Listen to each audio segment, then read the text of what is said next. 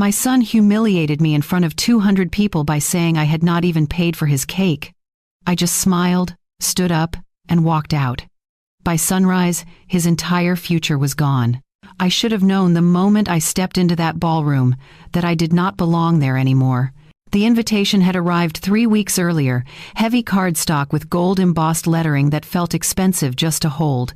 Ryan Carter's 35th birthday celebration, black tie, the Riverside Grand Hotel.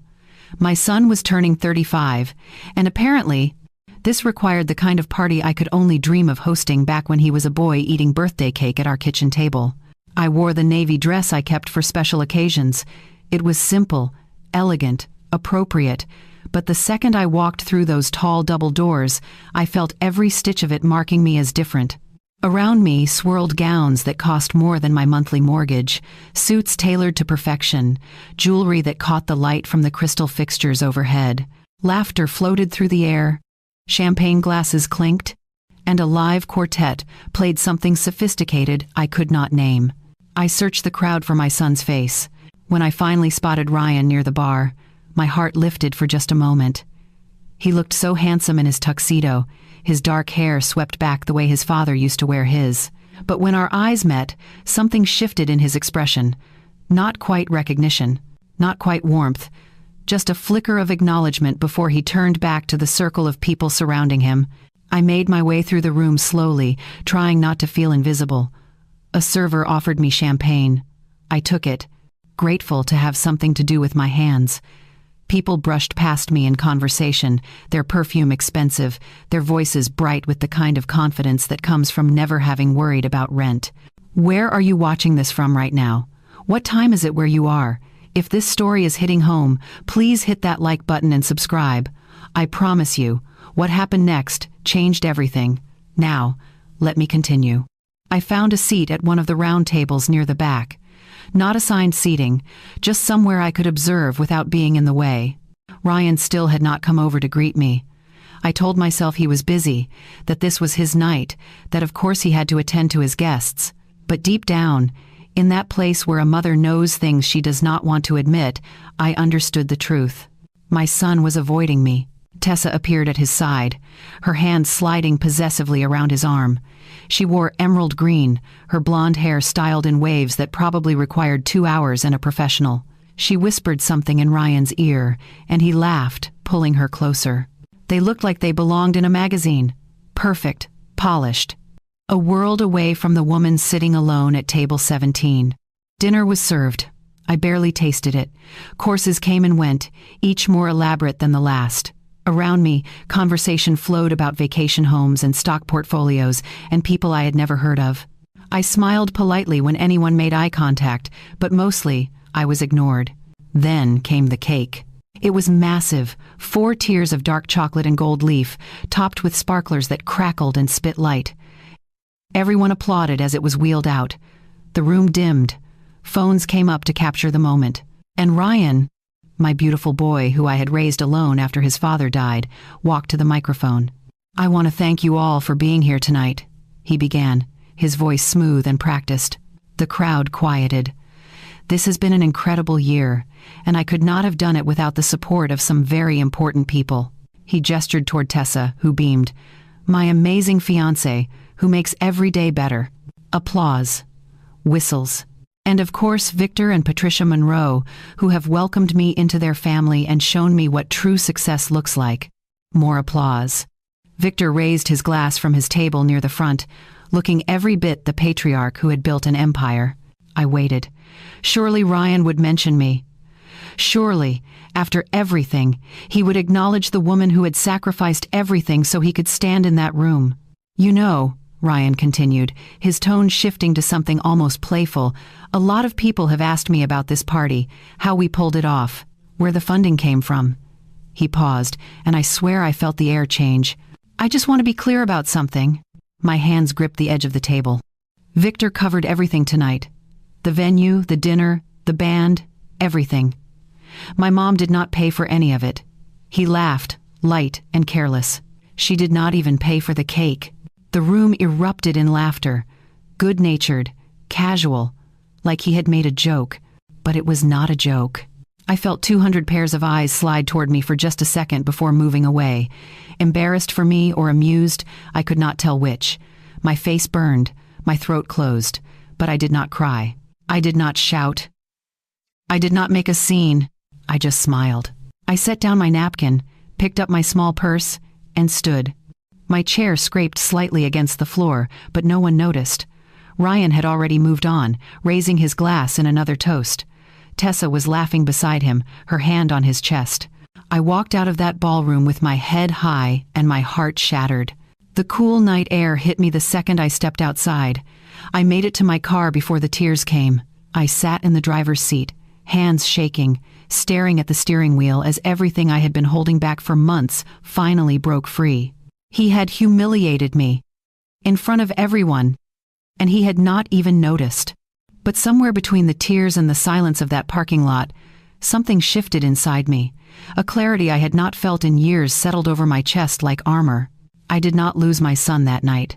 I had already lost him long before, and that meant I was finally free to stop pretending otherwise. I did not always have money. There was a time when I counted pennies to buy milk. 27 years ago, I became a widow at 30 years old with a 3-year-old son and $17 in my checking account. Robert, my husband, died in a car accident on a Tuesday morning. One moment he was kissing me goodbye at the door, the next I was identifying his body at the county morgue. The life insurance policy we thought we had turned out to be expired. He had missed the payment during a rough month, planning to catch up later. Later never came. I remember standing in our tiny apartment in East Dallas, looking at Ryan asleep in his crib, and realizing with absolute terror that everything now rested on my shoulders. The rent was due in 8 days. The electricity bill was overdue.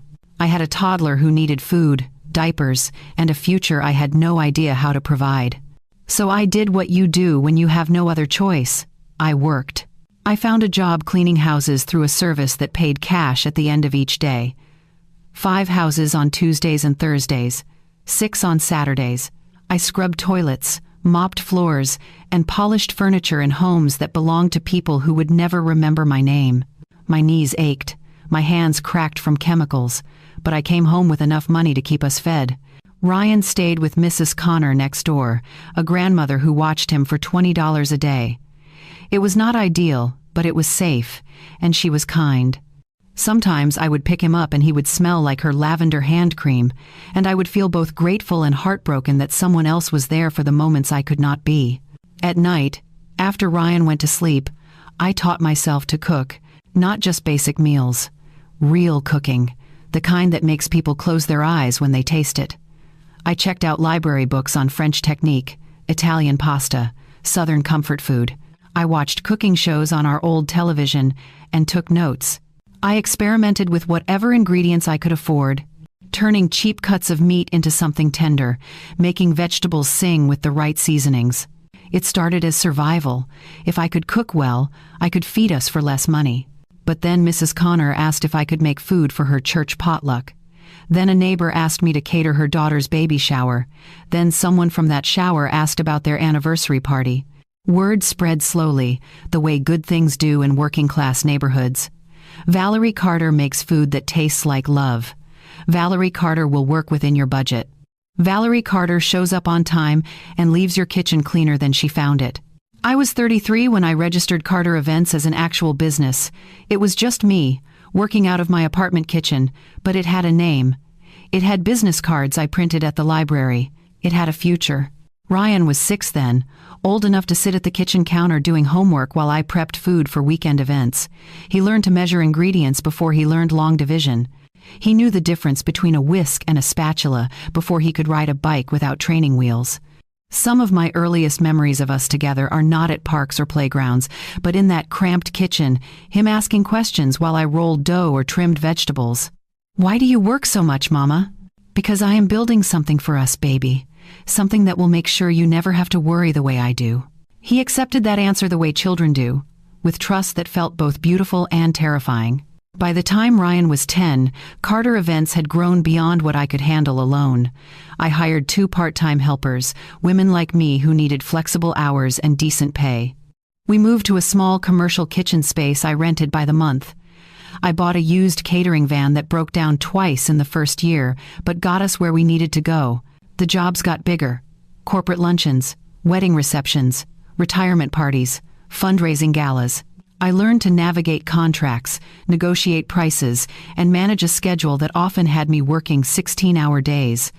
Ryan spent his teenage years in banquet halls and hotel kitchens, helping me load and unload equipment, watching me transform empty spaces into celebrations. He complained sometimes, the way teenagers do. His friends were at the movies or the mall, and he was stuck rolling silverware into napkins or carrying chafing dishes from the van. "I know this is not fun," I told him once, when he was 14 and particularly sullen about missing a party. "But this is what it takes. This business is going to pay for your college. It is going to give you opportunities I never had." He softened then, the way he always did when he remembered it was just the two of us against the world. "I know, Mom. I am sorry." "Do not be sorry. Just remember this when you are older. Remember that nothing worth having comes easy." He hugged me that night, and I held him tight, believing with everything in me that all of this struggle would be worth it, that my son would see my sacrifice and understand that love is not just words. Love is showing up. Love is working until your body aches so someone else can rest. Love is building a future with your bare hands and trusting that the person you are building it for will honor what it cost. I had no idea then that I was wrong. The business grew faster than I ever imagined possible. By the time Ryan turned 16, Carter Events had become one of the most requested catering companies in the Dallas area. We had a permanent staff of 12, a fleet of 3 vans, and a commercial kitchen large enough to handle events for 500 people. My phone rang constantly with requests for proposals, and I found myself turning down jobs because we were booked months in advance. Success felt strange. For so long, I had been scraping by, measuring my worth in whether or not I could pay bills on time.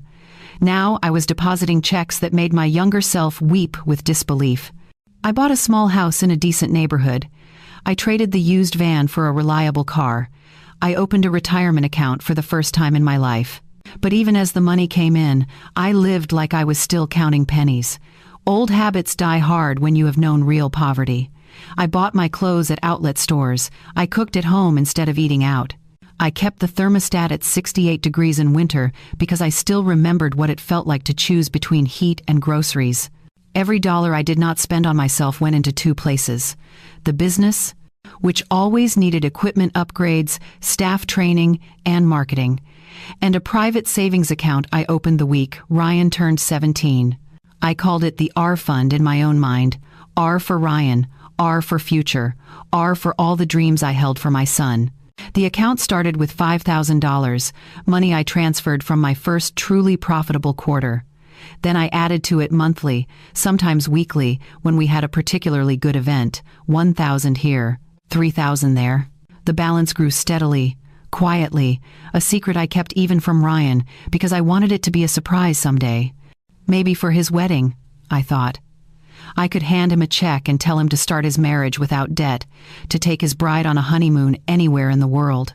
Or maybe he would want to start his own business, and I could fund it entirely, give him the kind of head start I never had. The account became a source of comfort during hard weeks. When a client complained or an employee quit unexpectedly, or I felt the weight of being responsible for so many people's livelihoods, I would log into that account and watch the numbers grow. This is what it is all for, I would remind myself. This is love in its most practical form. Ryan, meanwhile, was changing in ways I tried not to see.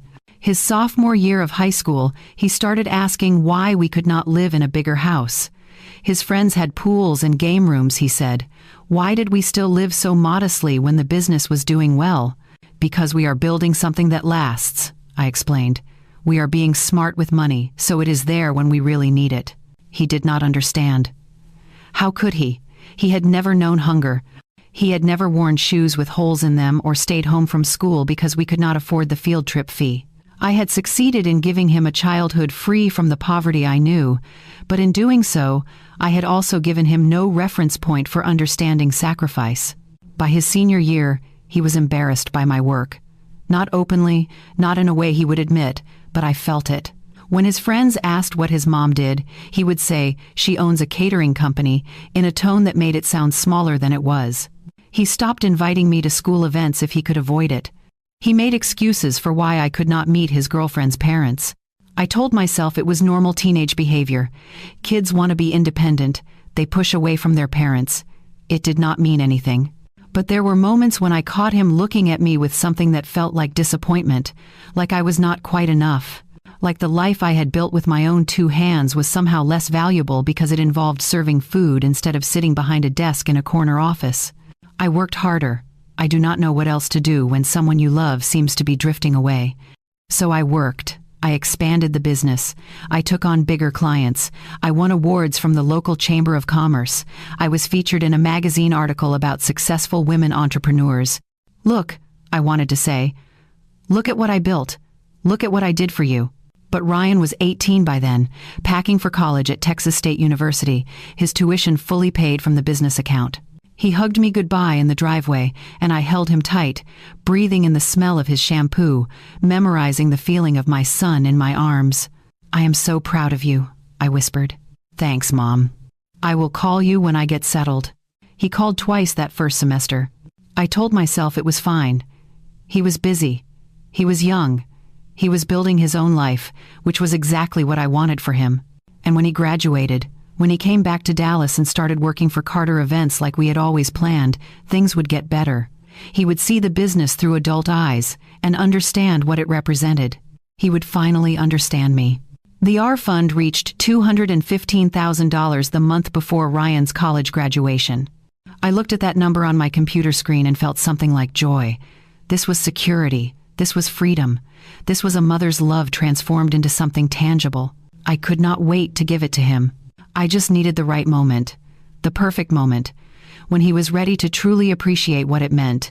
That moment never came, because by the time Ryan moved back to Dallas, he had already met Tessa Monroe, and the son I thought I knew was about to become someone I could barely recognize. Ryan met Tessa at a corporate networking event 6 months after he graduated. He came home that night with a light in his eyes I had not seen in years.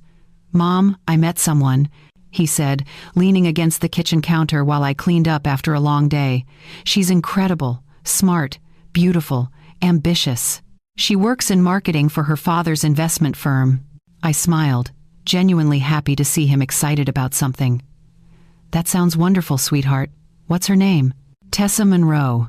Her family is really well connected in Dallas. Her dad, Victor, he's built this massive portfolio, multiple businesses, real estate, all of it."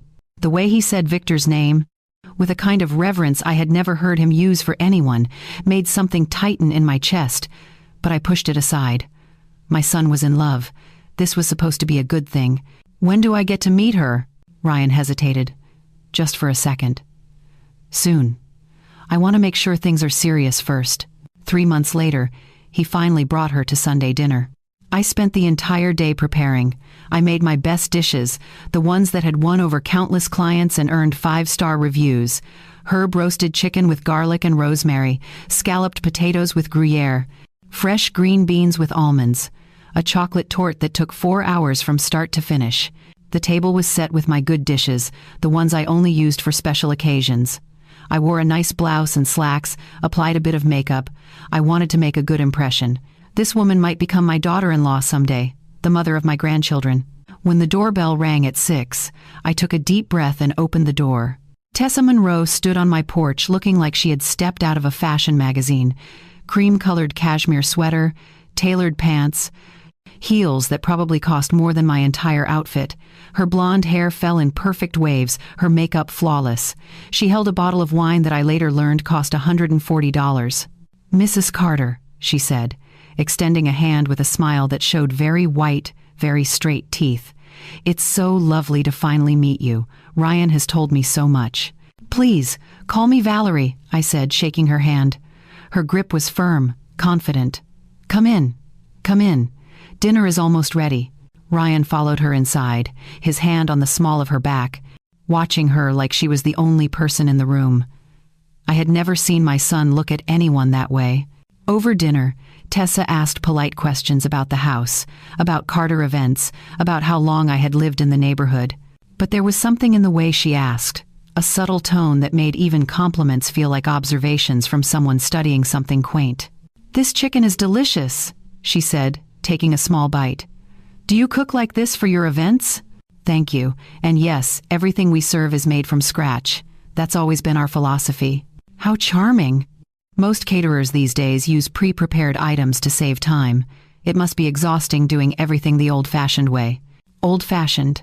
The words landed soft but deliberate. "It's what sets us apart," I said evenly. "People can taste the difference." "Oh, I'm sure," she smiled. "It's just such a labor-intensive model. Ryan was telling me you still do a lot of the cooking yourself?" "I oversee all the menus and handle our high-profile events personally." "That's so hands-on." She glanced at Ryan.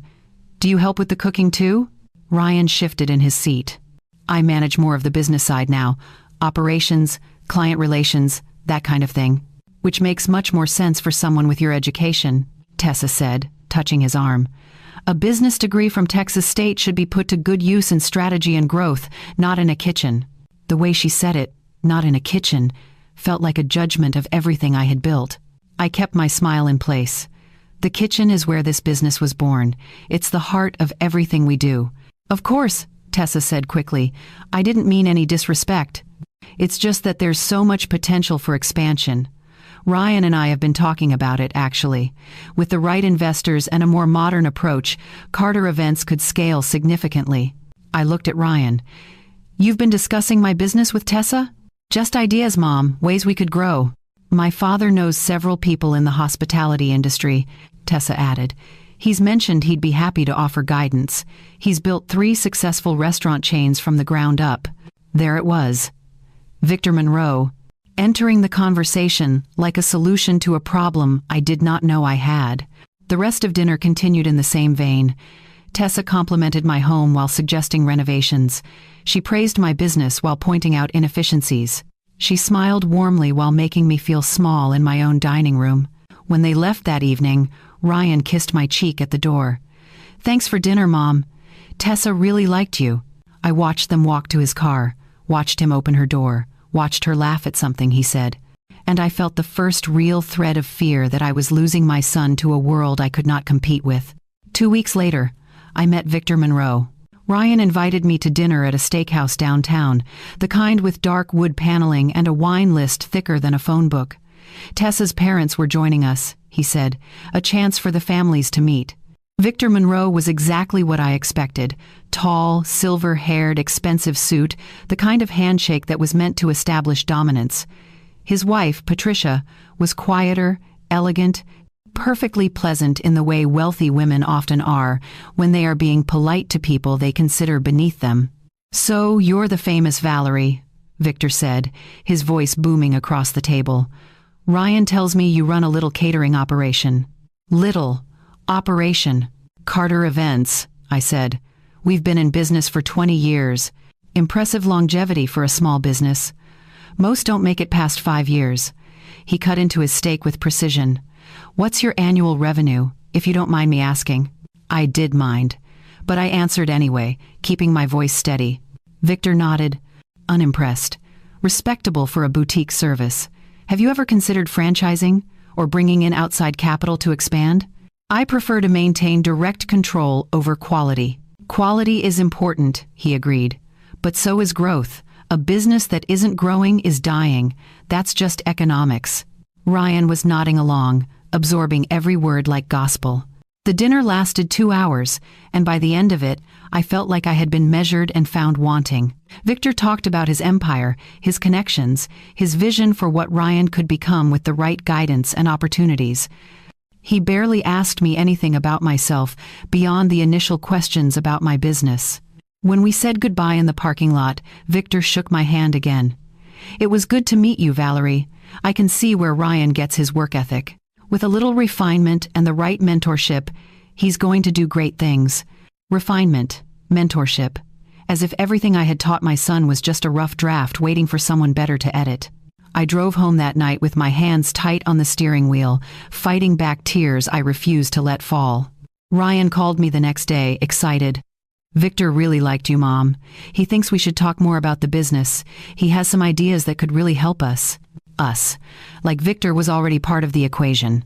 "That's nice, sweetheart," I managed to say.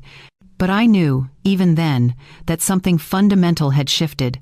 My son was being drawn into a world where I was no longer the most important voice in his life, and there was nothing I could do to stop it. Sunday dinners had been our tradition for as long as I could remember. Every week, without fail, Ryan would come over, and we would cook together, eat together, talk about our lives. It was the one constant that connected us through his childhood, his teenage years, his college experience. No matter what else was happening, we had Sundays. The first time he canceled, he had a good reason. Tessa's family was having a brunch, and she really wanted him there.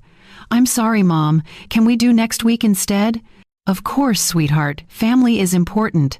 The second cancellation came 3 weeks later, a networking event that Victor had invited him to. "It's a really big opportunity, Mom. Some major investors will be there." "I understand. We can reschedule." By the third month, Sunday dinners happened maybe twice, then once, then not at all. Ryan started showing up at the Carter Events office later and leaving earlier. When he was there, he spent most of his time in his own office with the door closed, taking calls that he said were important but never explained. The easy collaboration we once had, the partnership I thought we were building, started to feel strained. One afternoon in late fall, I knocked on his office door to discuss an upcoming wedding we were catering. He was on the phone, but he waved me in. "No. I completely agree," he was saying, his tone animated in a way I rarely heard anymore. "The old model doesn't work in today's market. You need scalability, efficiency, brand recognition." A pause. "Exactly. That's what I've been trying to explain." He glanced at me, held up a finger. 1 minute. I waited, holding the folder with the wedding details. "All right, Victor. I'll put together some numbers and send them over. Thanks for the insight." He hung up and finally looked at me. "What's up, Mom?" "The Morrison wedding is in 2 weeks. I wanted to go over the final menu selections with you." Ryan leaned back in his chair, looking suddenly tired. "Can you just handle it? I trust your judgment on that stuff." That stuff. The menus I had spent hours perfecting, the client relationships I had carefully nurtured. "Ryan, you're the operations manager. This is part of your job." "I know, but I'm working on something bigger right now, strategic planning.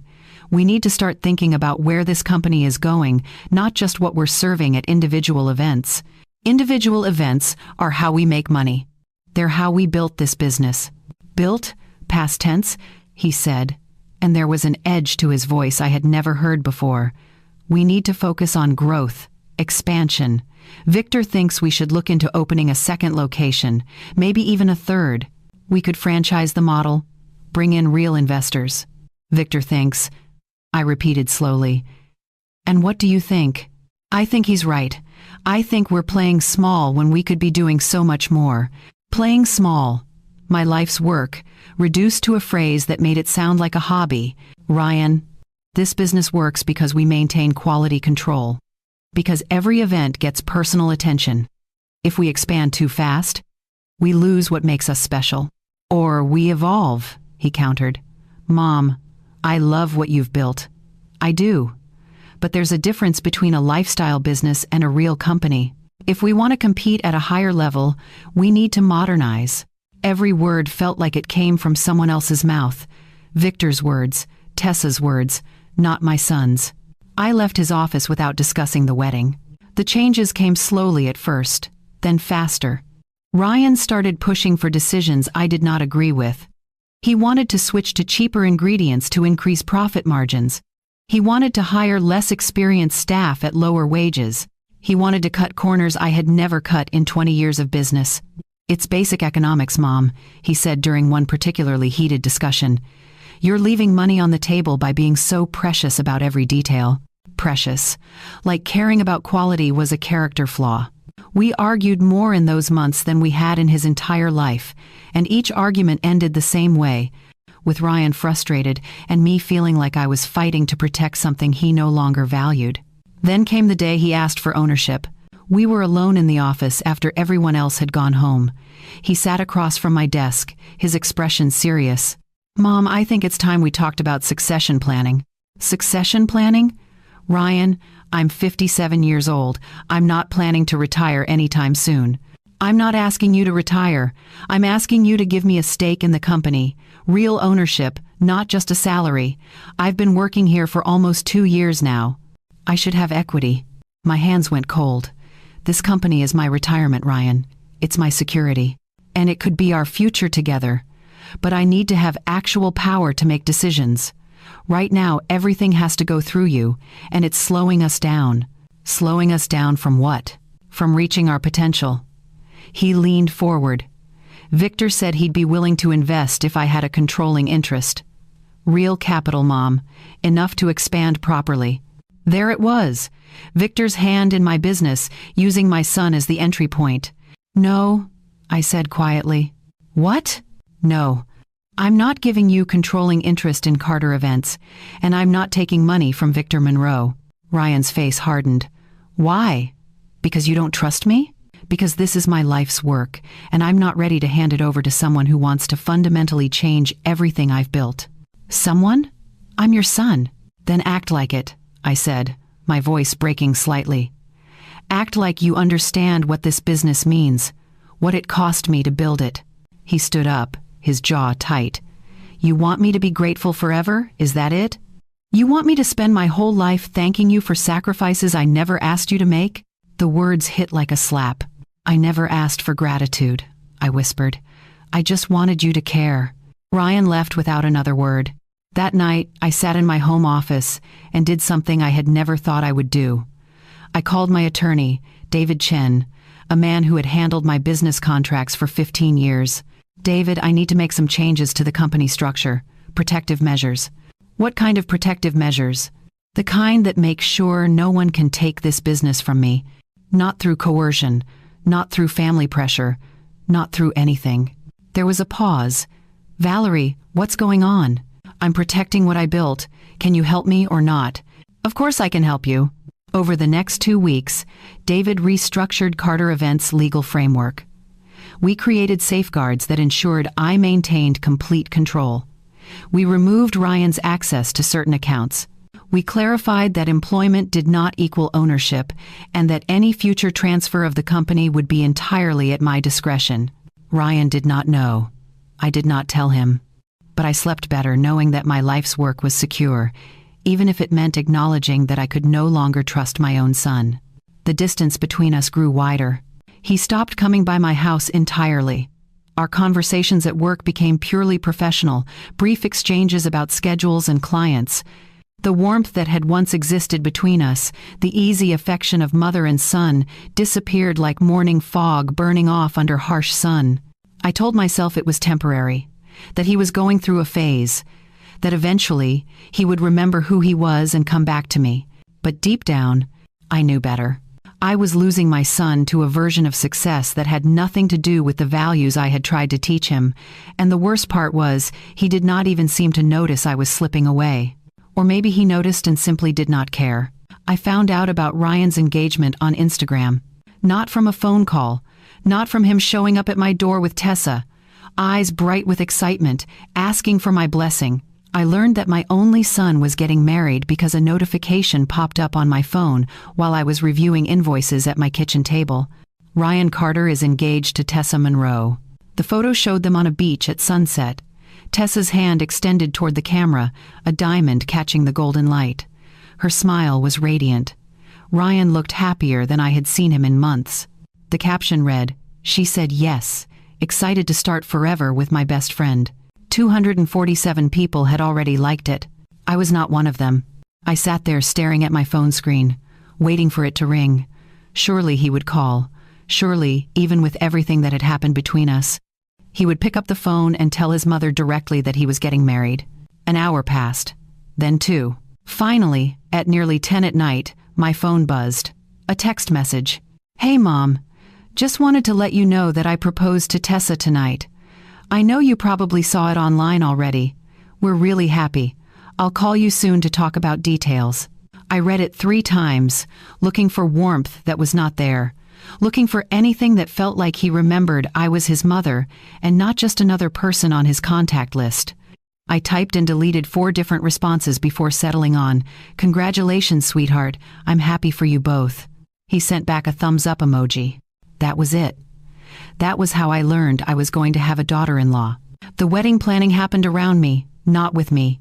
Tessa's mother, Patricia, took control immediately.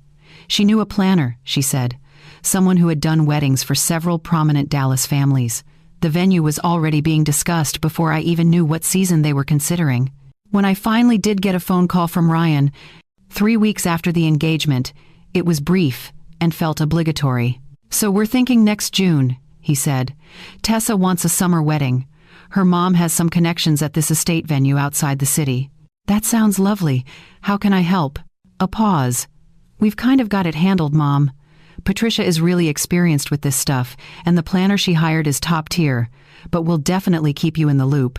The loop? Like I was a distant relative, not the groom's mother.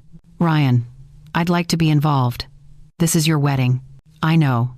And you will be. We just want to make sure everything is done right, you know? This is a big deal for Tessa's family. A lot of important people will be there." Important people. The phrase hung in the air between us. "And I'm not important?" "That's not what I meant. You're twisting my words." "Then what did you mean?" He sighed, that particular sound of exasperation that children reserve for parents they find difficult. "Look, I don't want to fight about this. You'll be involved. We'll make sure you have input. But Tessa and her mom have a vision, and I want to support that." Their vision did not include much space for me. I was invited to dress shopping, once. Patricia, Tessa, her 2 sisters, her grandmother, 3 bridesmaids, and me. We went to a bridal salon that served champagne and had private fitting rooms larger than my first apartment. I sat on a cream-colored sofa next to Tessa's grandmother, both of us watching as Tessa modeled dress after dress. Each one cost more than I spent on my own wedding, my car, and 3 months of mortgage combined. "What do you think, Valerie?" Tessa asked, stepping out in a ball gown with layers of silk and lace. "You look beautiful," I said honestly. "But," Tessa tilted her head smiling. "I can tell there's a but." "No, but you look stunning." "She looks like a princess," Patricia declared. "This is the one." And that was that. My opinion had been requested as a formality, nothing more. Afterward, they all went to lunch at a restaurant where you needed a reservation made weeks in advance. I was invited, of course, but the invitation felt like politeness, not genuine desire for my company. "I actually have to get back to work," I said. "But thank you." "Oh, that's too bad," Patricia said, already turning to tell the hostess they would be a party of 8 instead of 9. I drove back to my office and cried in the parking lot for 20 minutes before going inside. The engagement party was held at the Monroe family home, a sprawling estate with manicured gardens and a guest list that read like a who's who of Dallas society. I received an invitation in the mail, formal and embossed, the same as everyone else. I wore my best dress, brought an expensive bottle of wine, and showed up with a smile that felt like it might crack my face. Ryan greeted me at the door with a quick hug. "Thanks for coming, Mom." "Of course. I wouldn't miss it. Tessa's mom did an amazing job with everything, right? This is incredible." I looked around at the floral arrangements that probably cost more than most people's monthly rent, the catered food from a restaurant I had never heard of, the string quartet playing in the corner. "It's beautiful," I said. And it was. But it was also a world I did not belong to, filled with people who spoke a language of country clubs and yacht weeks and winter homes. I made small talk when spoken to, smiled politely, and tried not to feel like the help. At one point, I found myself standing alone near the garden entrance, watching Ryan and Tessa move through the crowd. They were golden together, young and beautiful and beloved. Everyone wanted to talk to them, to be near them, to bask in their happiness. "You must be so proud," a woman said beside me. I did not know her name, but she had the look of someone who had never worried about money a day in her life. "I am," I said. "Victor and Patricia have been wonderful to Ryan, haven't they? Taking him under their wing like that. Taking him. Like he was an orphan in need of rescue. They've been very generous," I managed. "Well, he's lucky to be marrying into such an established family. The Monroe name opens a lot of doors." She drifted away before I could respond, leaving me standing there with the bitter taste of being erased from my own son's story. I left the party early, no one noticed. The months between the engagement and the wedding were marked by occasional text messages and even less frequent phone calls. Ryan was busy, he said. So much to plan. So many decisions to make. Work was intense. Tessa needed him. I stopped reaching out as much. What was the point? Every conversation felt like an intrusion into a life I was no longer part of. The R Fund, meanwhile, continued to grow. I added to it faithfully, the same way I always had. It had become automatic, a habit born of love and hope that maybe, somehow, this money would be the thing that finally showed Ryan I had always been thinking of him, that I had sacrificed and saved and planned for his happiness. The balance reached $283,000 by February. I looked at that number on my computer screen one night, sitting alone in my home office, and wondered if my son even deserved it anymore. Wondered if giving him this money would mean anything to someone who now measured worth in country club memberships and investment portfolios. But he was still my son, and I still loved him, even when loving him hurt more than I thought possible. So I kept saving, kept hoping, kept believing that maybe on his wedding day, when I handed him that check, something would shift. He would see what I had done. He would remember that before there was Tessa, before there was Victor, there was a mother who worked herself to exhaustion to give him a life without struggle. Maybe he would come back to me. It was a foolish hope, looking back now, but hope is the last thing a mother lets go of, even when all the evidence tells her she should. I attended the rehearsal dinner in a simple black dress, sat at a table near the back, and watched my son laugh at Victor's jokes. I went home early, again unnoticed, and allowed myself one night of complete grief. Then I woke up, got dressed, and prepared to attend my son's wedding with my head held high and my broken heart carefully hidden. I had no idea that within a month, everything would change. That the humiliation I felt at that engagement party was nothing compared to what was coming, and that the R Fund I had so carefully built would become the weapon I never knew I needed. March 16th arrived with perfect weather, which somehow made everything worse. The invitation had specified black tie, which meant I spent money I would normally save on a new dress. Navy blue, elegant, appropriate for a mother attending her son's birthday celebration. I had my hair done at a salon, applied makeup with more care than usual, and tried to convince myself that tonight would be different, that maybe in a room full of celebration, Ryan would remember to include me. I should have known better. The Riverside Grand Hotel was the kind of place that made you feel small the moment you walked through the doors. Marble floors, crystal everywhere, staff in uniforms that probably cost more than my dress. A doorman directed me to the ballroom on the 3rd floor, and I took the elevator up with my stomach in knots. The doors opened to reveal a scene from a magazine spread. The room glowed with soft golden light from fixtures I could not name. Round tables draped in cream linens filled the space, each centerpiece an arrangement of white roses and greenery that must have cost a fortune. A live band played jazz in the corner, and servers moved through the crowd with trays of champagne and hors d'oeuvres that looked like tiny works of art. 200 people, the invitation had said. Looking around, I believed it. I took a glass of champagne from a passing server more to have something to hold than because I wanted it. Then I searched the crowd for my son. Ryan stood near the bar, surrounded by men in expensive suits. He looked handsome in his tuxedo, confident in a way that both filled me with pride and made me sad. This version of my son, polished and sophisticated, felt like someone I was meeting for the first time. Our eyes met across the room. I smiled, started to move toward him. He looked away. Not obviously, not rudely. Just a subtle shift of attention back to his conversation, as if he had not seen me at all. I stopped walking. Tessa appeared at his side moments later, wearing emerald green that made her look like old money and new beauty combined. She whispered something in Ryan's ear. He laughed, pulled her close, kissed her temple. They looked like they belonged in that room, with those people, in that life. I looked like I had wandered in from somewhere else entirely. I found a table near the back and sat down, watching the celebration happen around me. People greeted each other with familiarity, exchanged inside jokes, discussed vacation homes and business deals. A woman at the next table was complaining about her villa in Tuscany needing renovations. A man behind me was debating which luxury car to buy his daughter for graduation. I sipped my champagne and tried to remember the last time Ryan had called me just to talk. Dinner was announced. People found their seats. I noticed with a sinking feeling that there were place cards at each setting.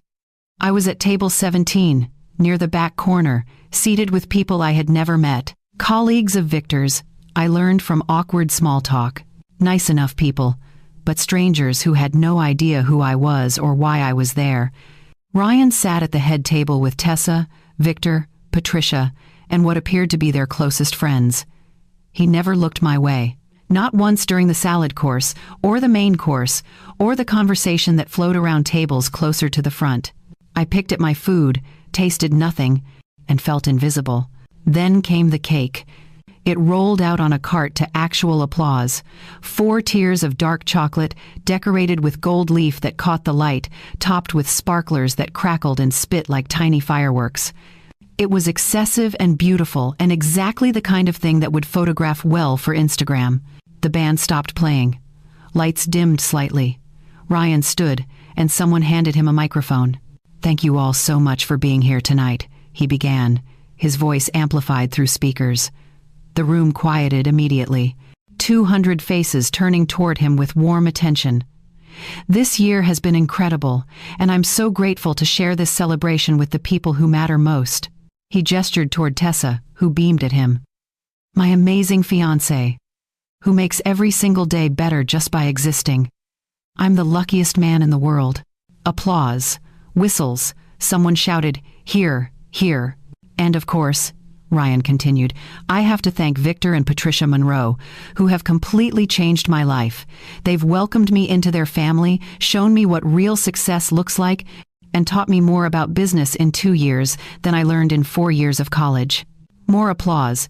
Victor raised his glass from his seat, looking pleased. I waited. My hands gripped the edge of the table, knuckles white under the tablecloth. Surely now. Surely he would mention me. Even just a sentence. Even just acknowledgement that his mother was in the room. "A lot of people have been asking about this party," Ryan said, and there was a shift in his tone. Something lighter, more casual. "How we pulled it off, what it cost, who handled everything." My chest tightened. "I just want to clear something up." He paused, smiled at the crowd like he was about to share something amusing. "Victor covered everything tonight. The venue, the food, the band, the decorations, all of it." The room was silent, listening. "My mom didn't pay for any of it." He laughed, light and easy. "She didn't even pay for the cake." Laughter erupted around the room, good-natured, casual, the kind of laughter that comes when someone makes a joke that lands just right. But it was not a joke. I felt 200 pairs of eyes flicker toward me. Some people looked amused. Some looked uncomfortable. Most looked away quickly, embarrassed on my behalf. My face burned. My throat closed. My vision blurred slightly at the edges. Ryan had already moved on, raising his glass. "So here's to Victor, for making tonight possible, and to all of you for being here. Let's eat some cake." Cheers. Applause. The band started playing again, and I sat there, paralyzed, while the room celebrated around me. He had humiliated me, in front of everyone, made me sound small and irrelevant and unnecessary, made it clear that I had contributed nothing to this moment, this celebration, this life he was building. The worst part was that he did not seem to realize he had done anything wrong. He was laughing, cutting the cake with Tessa, posing for photos. This was just a throwaway comment to him. A casual clarification that meant nothing. To me, it was everything. I set down my napkin with hands that trembled slightly. I picked up my small purse. I stood. No one noticed. I walked out of that ballroom with my back straight and my head up, moving through the crowd like a ghost, past the tables of strangers, past the expensive centerpieces, past the life my son had chosen that had no room for me in it. The hallway was blessedly empty. I made it to the elevator, pressed the button, waited while my heart hammered in my chest. The doors opened. I stepped inside. And the moment they closed, cutting me off from the party and the people and the son who had just broken my heart in front of 200 witnesses, I let myself feel it. The lobby was quiet. I walked through it on autopilot, past the doorman who wished me a good evening, into the parking lot where my car sat under streetlights. I got in, closed the door, locked it, and then I fell apart. I cried the way you cry when something fundamental breaks inside you, deep, wrenching sobs that shook my whole body. I cried for the boy who used to hold my hand crossing the street, for the teenager who would help me load catering vans without being asked, for the young man I thought I was raising to be kind and loyal and good. I cried for the mother I had been, who worked herself to exhaustion believing it would matter, who saved every dollar she could spare, who built a business with bleeding hands and an aching back because she thought she was building a legacy for her son. I cried until I had nothing left. Then I sat in the silence of my car, staring at nothing, feeling empty and hollow and done. That is when the clarity came. Not all at once, not like lightning, but slowly, like dawn breaking after the longest night. I did not lose my son tonight. I had already lost him. Months ago, maybe years ago. The moment he decided that Victor's approval mattered more than my sacrifice. The moment he looked at everything I built and saw something to improve rather than something to honor. I had been holding on to a version of Ryan that no longer existed. Maybe that version never existed at all.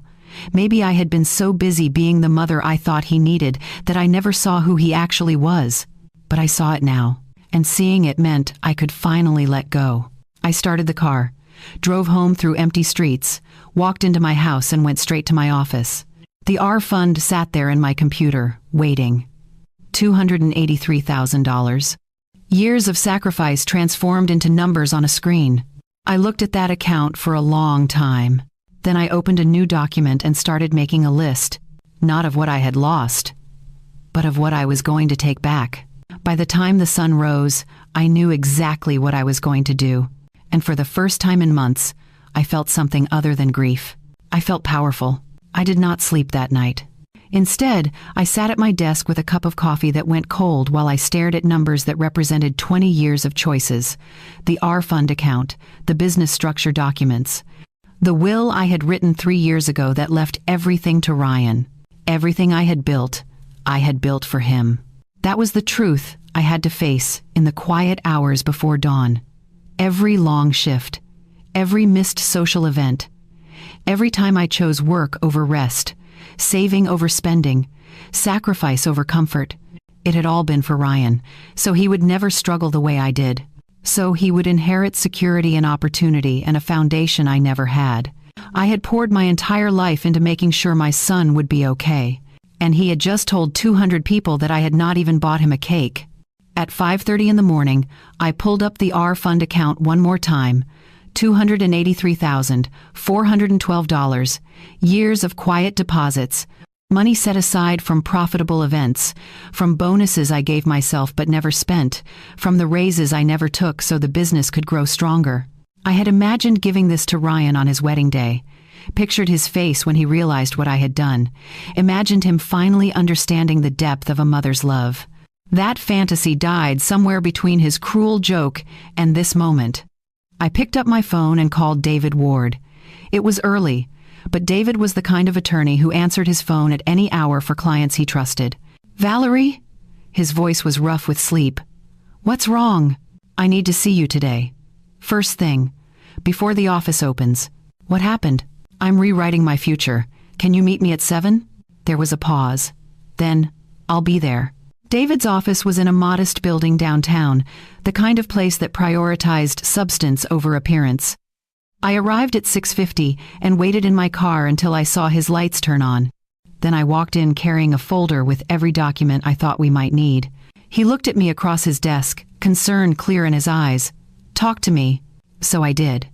I told him about the party, about Ryan's comment, about the slow erosion of our relationship over the past 2 years, about realizing that I had been holding on to someone who no longer existed. "I want to make changes," I said when I finished. "Big ones." "What kind of changes?" "The R fund. I want Ryan removed as beneficiary, immediately." David nodded slowly. "That account is in your name. You can redirect it however you want. Do you know where you want the money to go instead?" I had thought about this all night. I want to set up a scholarship fund for single mothers going to culinary school, women who are trying to build something from nothing the way I did. David wrote notes. "That's doable." "What else?" "The business. Ryan has access to certain accounts, operational authority that I gave him when I thought we were building this together. I want all of that removed. Removed how? Do you want to fire him? No. I surprised myself with the answer, not yet. But I want his access limited to exactly what he needs to do his job and nothing more. No financial authority, no decision-making power. He's an employee, David. That's all he should have ever been. Understood. What about ownership transfer? Last we spoke, you were considering making him part owner eventually. That's never happening now. I want the business structure locked down so that even if something happens to me, Ryan cannot inherit controlling interest. Who would you want it to go to? I thought about Dana, my niece who had been working at Carter Events for 6 years. Dana, who showed up early and stayed late, who cared about quality the way I did, who understood that this business was built on relationships and reputation, not just profit margins. I need to think about that part, I said. But I know it won't be Ryan. David looked at me for a long moment. Valerie, I have to ask, are you sure? These are permanent changes. Once we remove him as beneficiary, once we restructure his role, there's no easy way back. I'm sure. Even if he apologizes, even if things get better, they won't get better. And even if they did, he needs to learn that actions have consequences. That you cannot treat people, especially your own mother, like they're disposable, and expect everything to stay the same. David nodded. All right then, let's get started. We spent the next 3 hours going through paperwork, beneficiary designation forms for the R Fund, corporate structure documents for Carter Events, updated access permissions for bank accounts and vendor relationships. Every signature I made felt like taking back a piece of myself I had given away too freely. By 10 in the morning, it was done. The R Fund would be transferred to a new scholarship account within 48 hours. Ryan's name was removed from every document where it did not absolutely need to be. His access to company finances was now limited to viewing only, no transfers, no authorizations, no power. How long before he notices? I asked David. Depends on when he tries to access something he no longer can. Could be today, could be next week. He'll be angry, probably. Are you ready for that? I thought about the party. About sitting in that ballroom feeling small and unwanted. About crying in my car while my son celebrated without noticing I had left. I'm ready, I said. I went to the office afterward, walking in like it was any normal day. My staff greeted me with their usual warmth. Dana was already in the kitchen, prepping for an event that weekend. Morning, Aunt Val, she called out. Coffee's fresh. Thanks, sweetheart. I poured myself a cup and watched her work. She moved through the space with confidence and care, treating ingredients with respect, double-checking every detail. She had her mother's kindness and her own quiet strength. I had never given her enough credit for what she brought to this business. That was about to change. Ryan came in around 11, later than he used to, carrying a coffee from the expensive place 3 blocks away instead of drinking what we made here. He nodded at me on his way to his office, barely a greeting. I nodded back and said nothing. Let him have his normal day. Let him think everything was fine. Tomorrow, or the next day, or whenever he tried to access an account he thought was his to control, he would learn differently. I worked through lunch, reviewing contracts and planning menus. Around 2 in the afternoon, my phone buzzed with a text from David. Our fund transfer initiated. Scholarship account will be active by end of week. Corporate changes filed with state. Everything is locked in. I read the message twice, then put my phone away. It was done. 20 years of sacrifice, redirected in a single morning.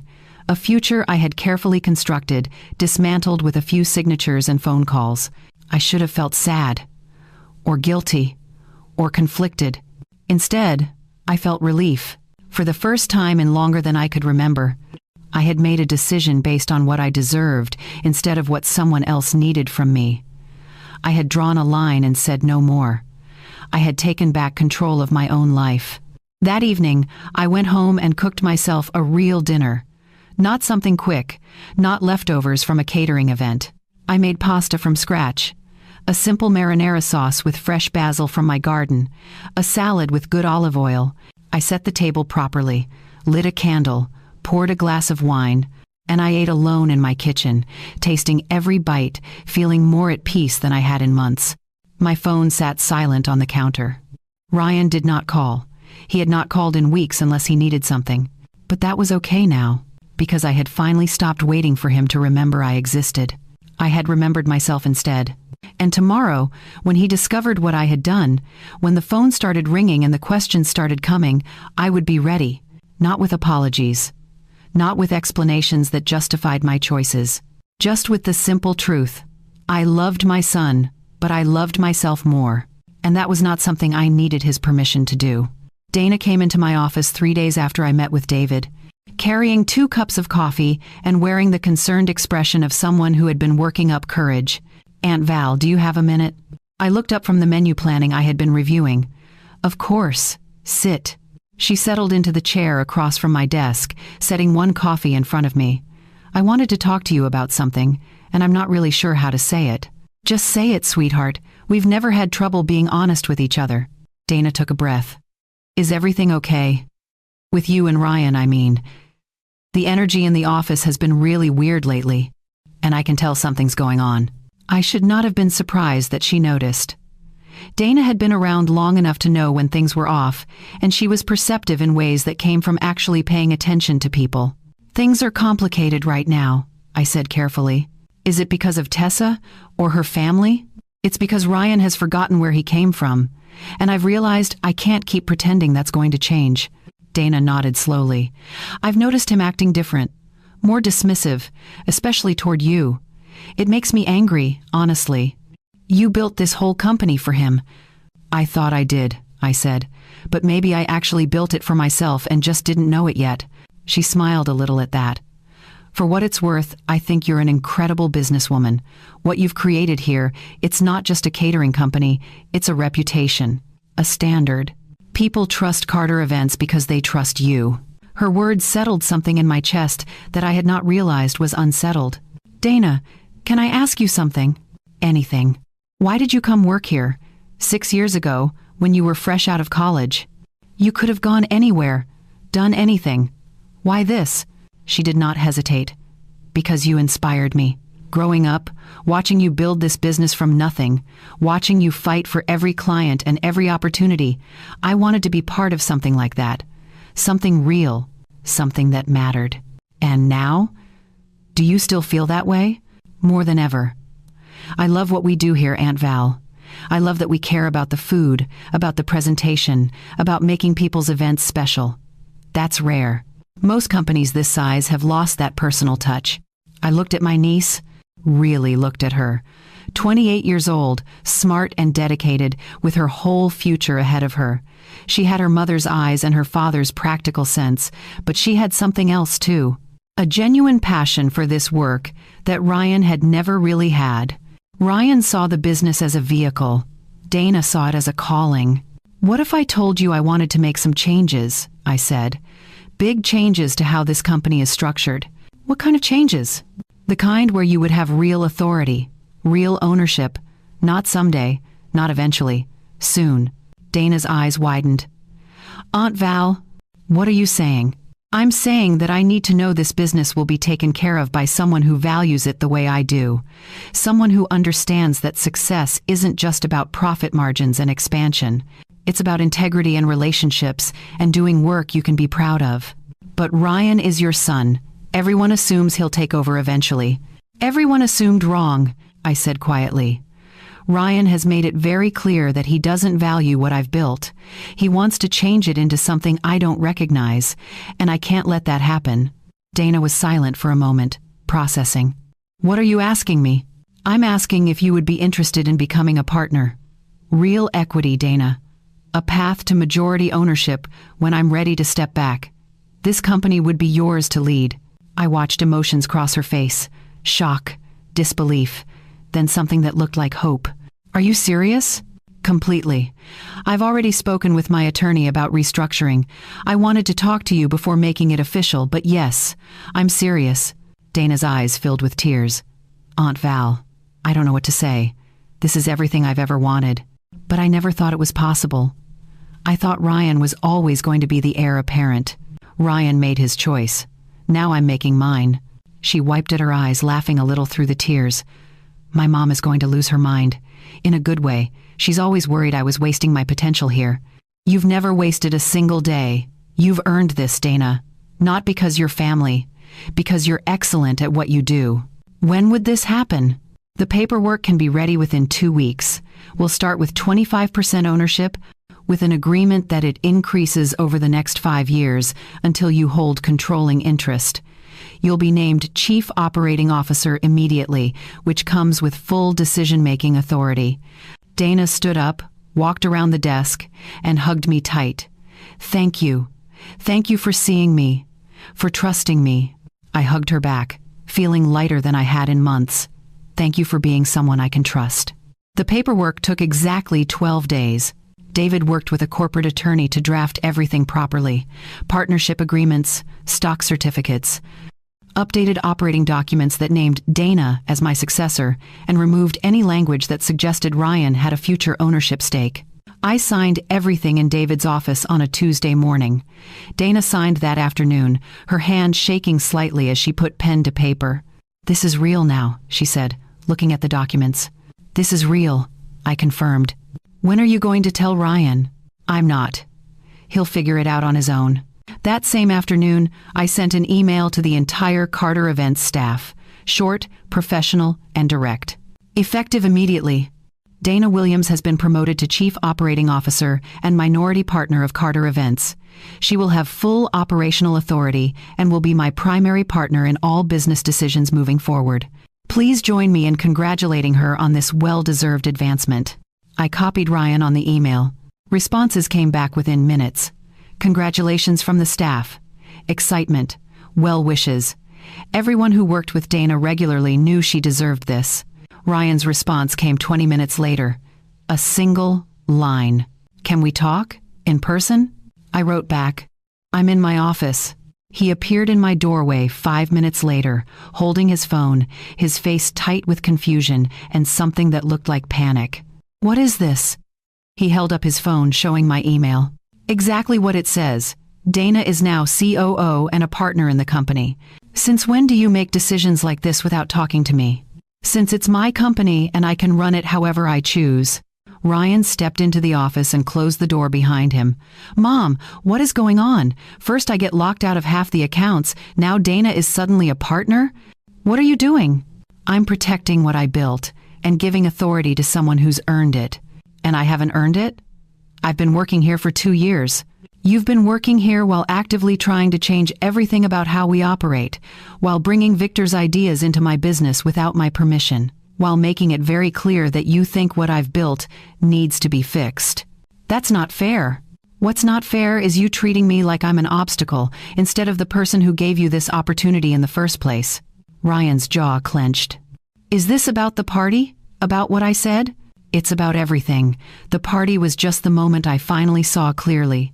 I didn't mean anything by that comment, Mom. It was a joke. It wasn't funny. And the fact that you still don't understand why it hurt tells me everything I need to know about where we are." He ran a hand through his hair, agitated. "So what? You're punishing me by giving my future to Dana?"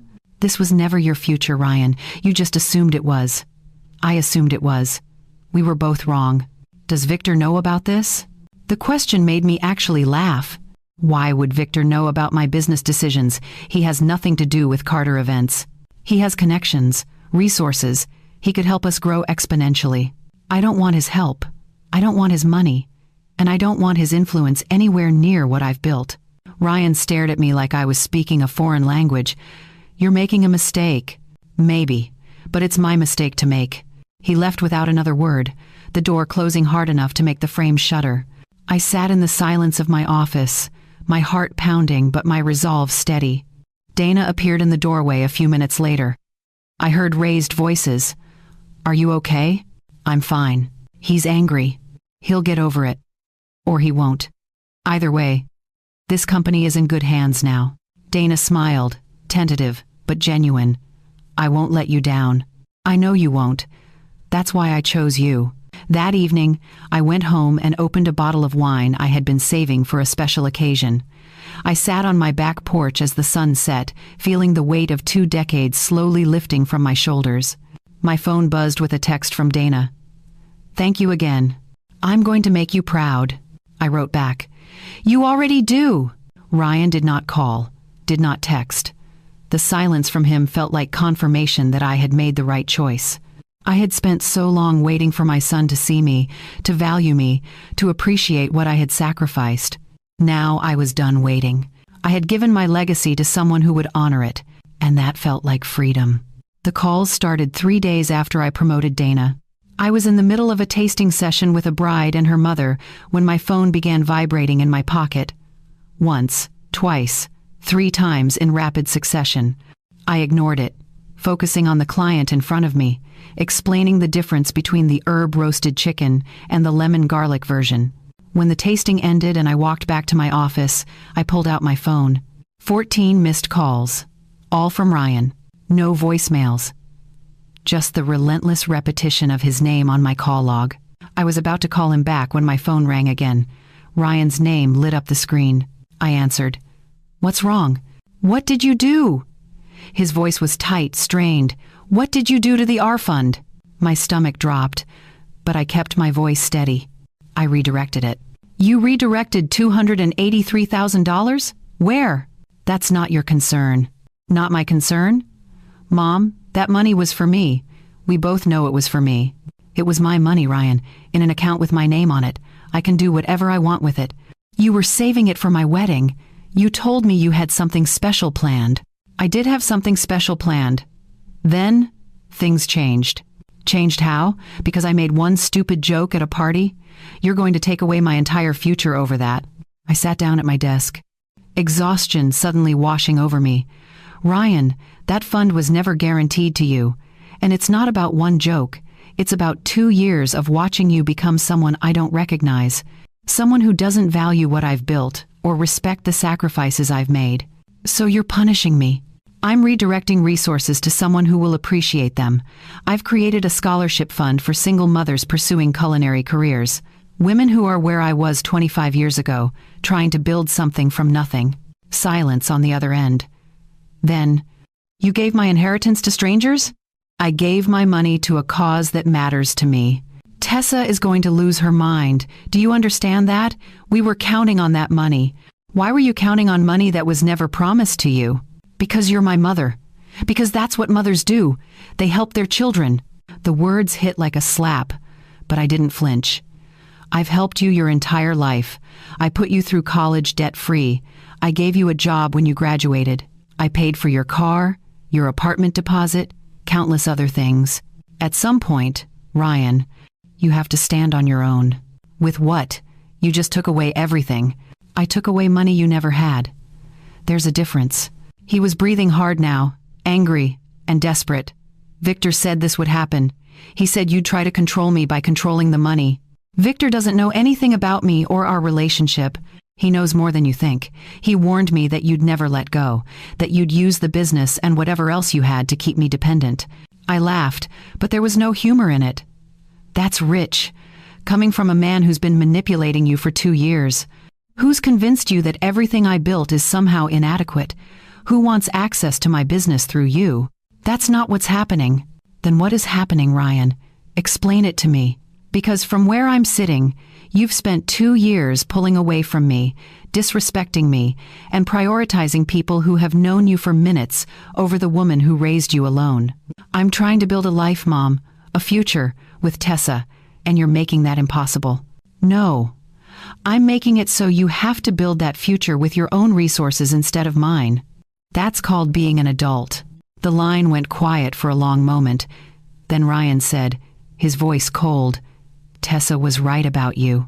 "What did she say?" "That you'd never accept her. That you'd always see her as competition. That you'd do whatever it took to keep me under your thumb." "If that's what you believe, then we have nothing more to talk about." I hung up. My hands were shaking. My heart was racing. But I didn't cry. I had done all my crying. Now there was just the hard, clear truth of the choice I had made. The phone rang again immediately. "Ryan." I declined the call. It rang again. Again. I turned off the ringer and set the phone face down on my desk. When I finally checked it 2 hours later, there were 37 missed calls. The voicemails started after call number 20. The first one was angry. "You can't just ignore me, Mom. We need to talk about this. Call me back." The fifth one was confused.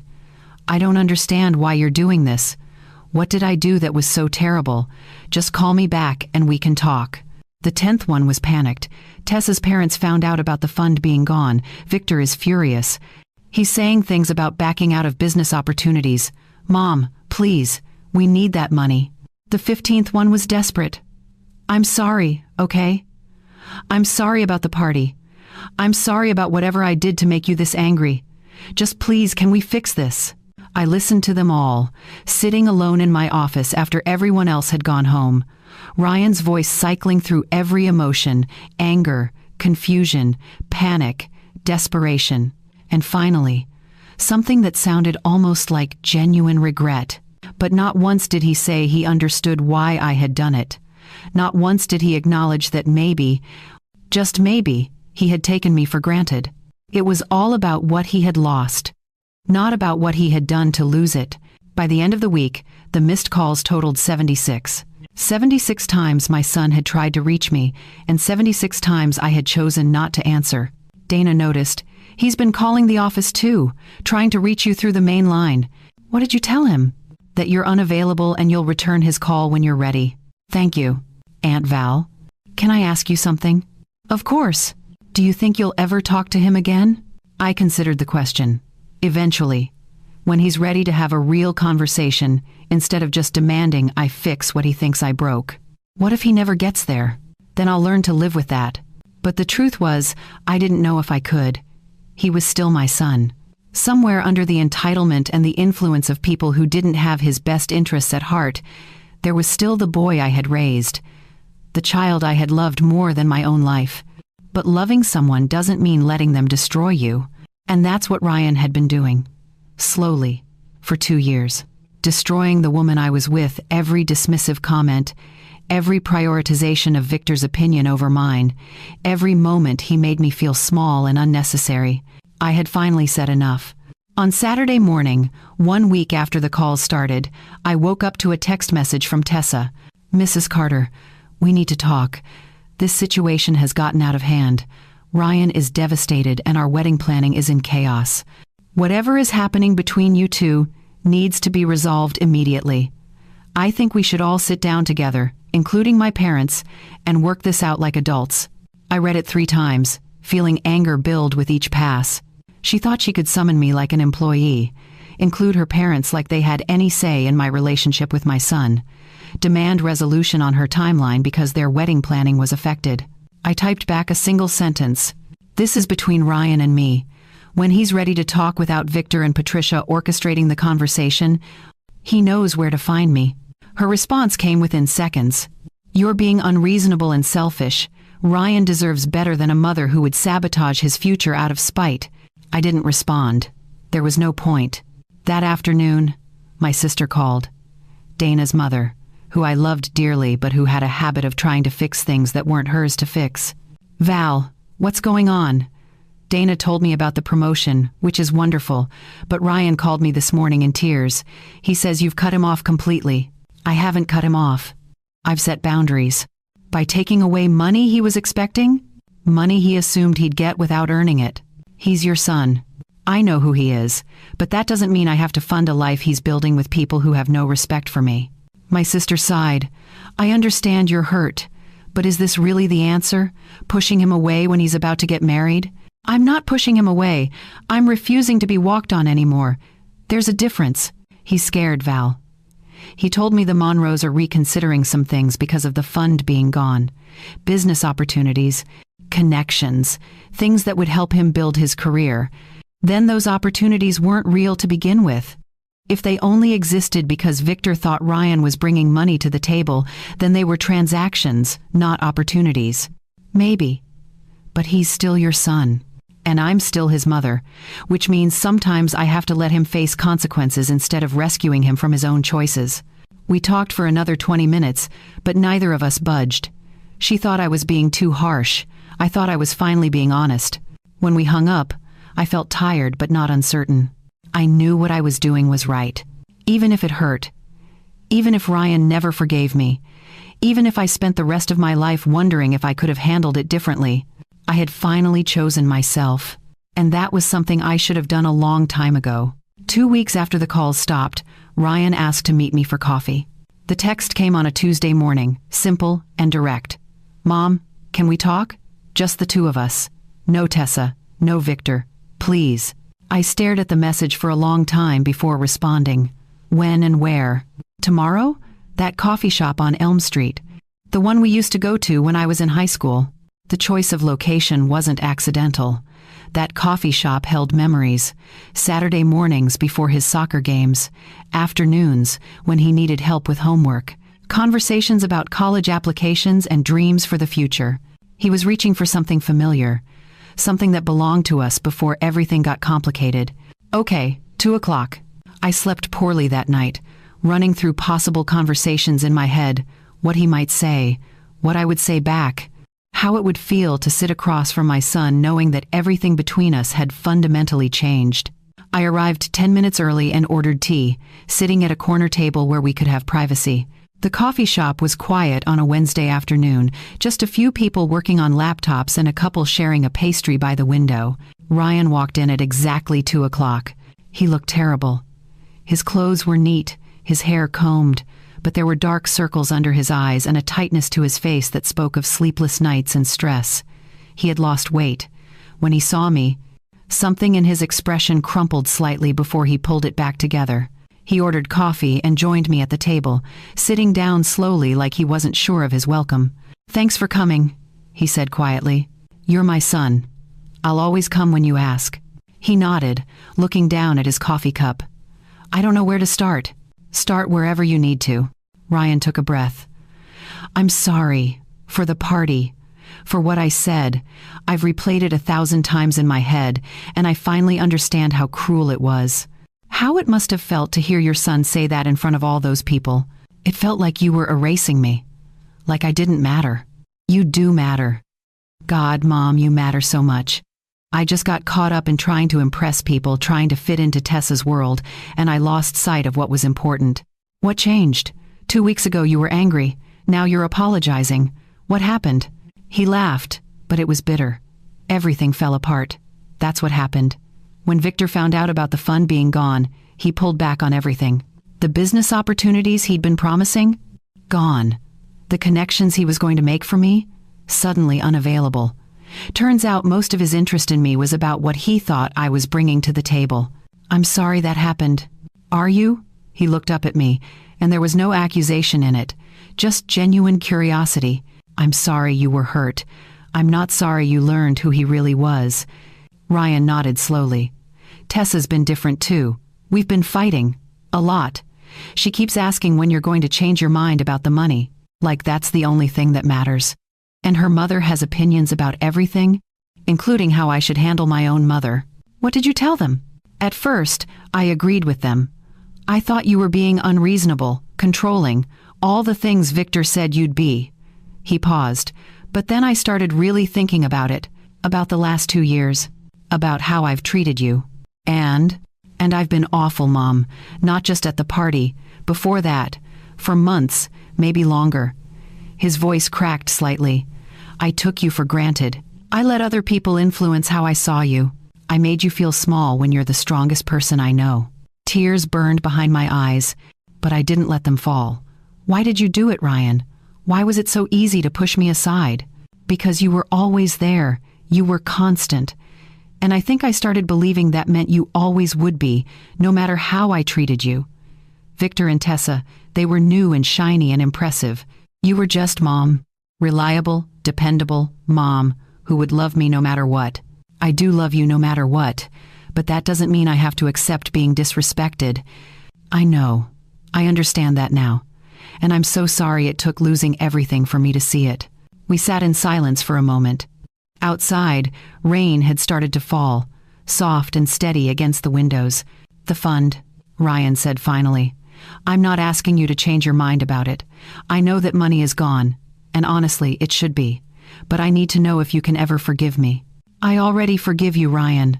I forgave you the night of the party, sitting in my car, because that's what mothers do.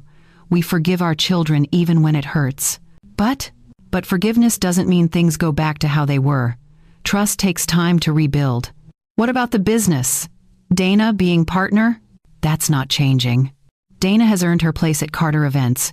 She's proven herself over 6 years of dedicated work. And more than that, she values what I've built. She's not trying to turn it into something else. Ryan flinched but nodded. I understand. I don't like it, but I understand. What are you going to do now? With your career? Your future? I don't know. I've been thinking about striking out on my own. Maybe starting something separate from Carter Events, separate from Victor's world. Building something that's actually mine. That sounds like a good plan. Will you help me? Not with money. I'm not asking for that. But with advice? With your experience? I looked at my son, really looked at him. He was broken in a way he needed to be, humbled by consequences he'd brought on himself. But somewhere in that brokenness, I could see the boy I'd raised, the one who used to help me in the kitchen, the one who understood what hard work meant. I'll help you, but on one condition. Anything. You have to do the work yourself. I'll guide you, I'll give you advice, I'll be your sounding board, but I won't rescue you from failure. You need to build something you can be proud of because you earned it, not because I handed it to you. Fair enough. And Ryan? The wedding. If you marry Tessa, you need to be sure it's for the right reasons. Not because you're already engaged. Not because you're afraid of disappointing her family. Because you genuinely want to spend your life with her. He was quiet for a long time. I don't know if I do anymore. These last few weeks showed me sides of her I didn't want to see. And I think they showed her sides of me she didn't like either. Then maybe you need to have some honest conversations before you make any permanent decisions. Yeah, maybe. We finished our coffee while the rain continued outside. The conversation shifted to lighter things, Dana's excitement about her new role. An upcoming event, Carter Events, was catering for a local charity. Small talk that felt like the beginning of something, not the end. When we stood to leave, Ryan hugged me. Really hugged me, the way he used to before everything got complicated. I love you, Mom. I'm going to do better. I promise. I love you too, sweetheart. And I believe you'll try. That's all I can ask for. We walked out into the rain together, and for the first time in months, I felt like maybe my son and I could find our way back to each other. Not to where we were. That was gone. But to something new, built on honesty instead of assumptions. It wouldn't be easy. Trust was broken, and repairing it would take time. But at least now, we were both willing to try. That evening, I got a text from Ryan. I talked to Tessa. We're postponing the wedding. We both need time to figure out if this is really what we want. Thank you for pushing me to be honest with myself. I wrote back. Proud of you for making a hard choice. Whatever happened next, Ryan would face it without my money cushioning his fall, without guaranteed inheritance waiting in the wings, without the safety net I'd spent decades building for him. He would face it as an adult, making his own decisions and living with his own consequences. And maybe, just maybe, he would become the man I always hoped he could be. Not because I forced him to, but because he chose it for himself. 6 months later, I woke up on a Saturday morning with absolutely nothing I had to do. No events to oversee, no staff meetings to run, no crisis to manage. Just a quiet morning stretching ahead of me with no obligations attached to it. It felt strange, foreign, even. For 20 years, my life had been measured in events and deadlines, in client needs and business emergencies. There was always something that required my immediate attention, always someone who needed me to solve a problem. But Dana had taken over day-to-day operations completely, and she was thriving. The business was doing better than ever under her leadership.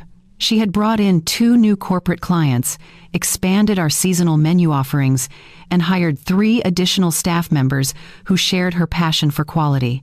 Carter Events didn't need me the way it used to, and for the first time in my life, that felt like freedom instead of failure.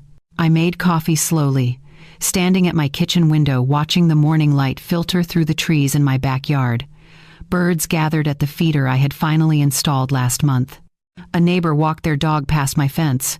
The world moved at its own pace, and I was finally moving with it instead of racing ahead. My phone buzzed with a text from Dana. "Morning. Just confirming you're still coming to the Peterson wedding today? I know you said you wanted to observe, not work." I smiled. "I'll be there. Just watching, I promise." "Good. I want you to see what we've been working on. I think you'll be proud." I was already proud. Dana had proven every instinct I'd had about her correct. She led with confidence and kindness, pushed the team to excellence without burning them out, and treated clients with the same personal attention I had always prioritized. The business was in better hands than I could have hoped for.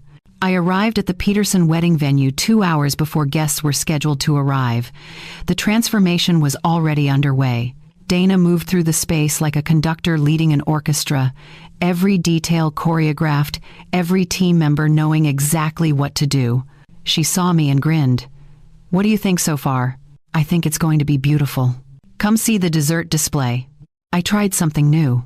She led me to a table where our pastry chef was arranging a tower of individual desserts: miniature tarts, chocolate truffles, tiny cheesecakes with fresh berries. It was elegant and creative, exactly the kind of presentation that would have guests talking. "This is brilliant," I said. "Learned from the best." Dana squeezed my hand. "Thank you for coming. It means a lot to have you here. There's nowhere else I'd rather be." I spent the rest of the afternoon watching my niece do what she was born to do. And when the bride walked into the reception and gasped at how perfect everything looked, when guests raved about the food, when the event went off without a single hitch, I felt a deep satisfaction that had nothing to do with ego. This was my legacy. Not just the business itself, but what it had become in the hands of someone who truly valued it. Ryan and I had fallen into a new rhythm over the past 6 months. We spoke every couple of weeks, sometimes more if he needed advice. He had started his own small consulting business, helping local restaurants improve their operations. It was modest, barely profitable yet, but it was his. Built with his own effort, funded by his own savings, succeeded or failed on his own merit. He had called me 3 weeks ago, excited in a way I hadn't heard in years. "Mom, I just landed my first real client, a restaurant group with 4 locations. They want me to analyze their supply chain and staffing models." "That's wonderful, sweetheart. How did you get the contract?" I pitched them, put together a whole proposal, showed them what I could do, and they said yes based on my work, not because of who I know or who my family is. The pride in his voice was genuine. He was learning what I had tried to teach him all along, that real success comes from what you build yourself, not what you inherit. "I'm proud of you, Ryan." "Thanks, Mom. That means everything." The wedding had been called off permanently. Ryan and Tessa had tried to work through their issues for a few months, but ultimately, they wanted different things. She wanted the life her parents had mapped out.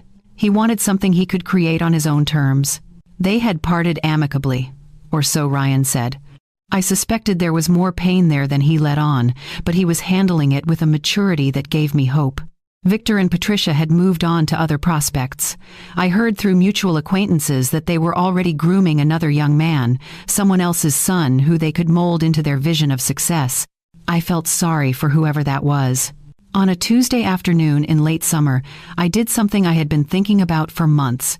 I drove to the culinary school where my scholarship fund was now active and met the first 3 recipients, 3 women, all single mothers, all working multiple jobs while trying to build careers in food service. Their stories were different in details, but the same in spirit. They were me, 25 years ago. Exhausted and determined, scared and hopeful, doing everything they could to create better futures for their children. "Mrs. Carter, we can't thank you enough," one of them said. Her name was Jennifer, and she had a 6-year-old daughter. "This scholarship means I can actually finish school. I don't have to choose between tuition and rent." "You don't have to thank me," I said. "Just promise me you'll pay it forward someday. When you're successful, when you've built something you're proud of, remember what it took to get there. And help someone else the way I'm helping you. I promise." Watching them walk back to their classes, I felt something settle in my chest. The R Fund had found its purpose.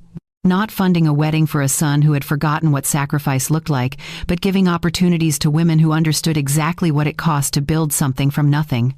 That money would change lives, real lives. Women who would remember every dollar and honor it with their effort. That was worth more than any wedding could ever be. I started taking Sundays for myself again. Not working, not catching up on emails, not planning for the week ahead, just existing in quiet ways I had forgotten were possible. Some Sundays I went to farmers markets and bought ingredients I would cook just for pleasure.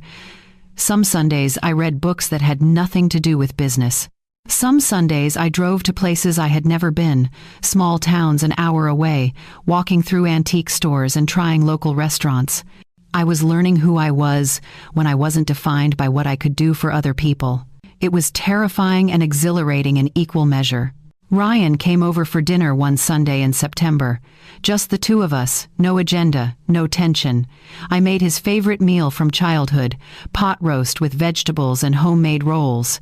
We ate and talked about his business, about Dana's latest success with a high-profile client, about books we were reading and shows we were watching.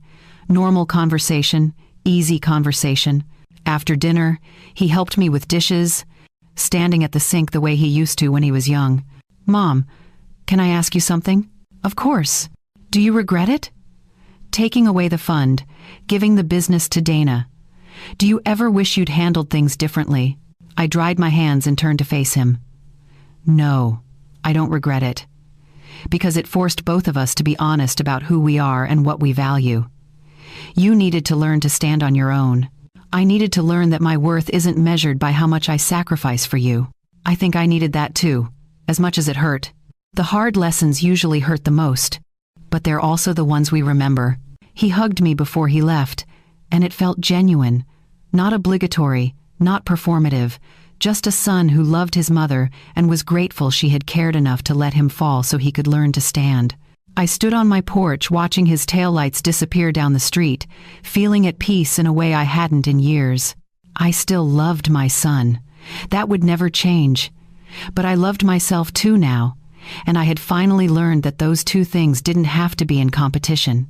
Some nights, when I sat alone in my quiet house, I thought about the woman I used to be, the one who measured her value by how much she could give away, who believed that sacrifice without recognition was noble instead of self-destructive, who thought that loving someone meant accepting whatever treatment they offered. That woman was gone. In her place was someone stronger, someone who understood that dignity matters, that boundaries are not walls, they're foundations, that saying no to being diminished is not cruelty, it's self-respect. I had built an empire with my bare hands, raised a son alone, survived loss and poverty and exhaustion that would have broken people with less determination. And when the time came to choose between being loved and being respected, I had chosen both. By refusing to accept one without the other. The story people saw from the outside was simple: a mother humiliated by her son at a party, a dramatic response, a family fractured and slowly healing. But the real story was quieter and more powerful. It was about a woman who finally understood that her love for her child did not require the destruction of her love for herself. It was about recognizing that the people who truly value you will never ask you to diminish yourself to make them comfortable. It was about learning that walking away from disrespect is not revenge, it's survival. And it was about discovering that the legacy you build matters less than the dignity with which you protect it. I gave my son everything I had for years: my time, my energy, my money, my dreams. When he showed me that everything wasn't enough, that he wanted more while offering less, I finally did what I should have done sooner. I gave myself permission to stop, to redirect my resources to people who would honor them, to set boundaries that protected my peace, to love my son without destroying myself in the process. That was my revenge, if you want to call it that. Not dramatic confrontation, not public shaming, not cruelty returned for cruelty received. Just a quiet, firm decision to value myself as much as I had always valued him. And in the end, that turned out to be the most powerful thing I could have done. For both of us. So, if you're watching this and you see yourself in my story, if you've been giving and giving to someone who only knows how to take, let me tell you what I learned. You are not required to set yourself on fire to keep someone else warm. Even if that someone is your own child, love them, forgive them, support them when you can. But never, ever let them convince you that your dignity is negotiable. Because the moment you stand up for yourself, the moment you draw that line and refuse to cross it, something shifts. Maybe they learn, maybe they don't. But you learn. You learn that you are worth protecting, worth defending, worth honoring. And that lesson is worth more than any amount of money, any inheritance, any legacy you could leave behind. I still love my son, but for the first time in my life, I love myself more, and that makes all the difference. If this story resonated with you, if you've ever felt invisible or taken for granted, leave a comment below, share your experience, let's support each other. And don't forget to like this video and subscribe for more stories about finding strength when life tests you. Thank you for listening to my story. And remember, it's never too late to choose yourself.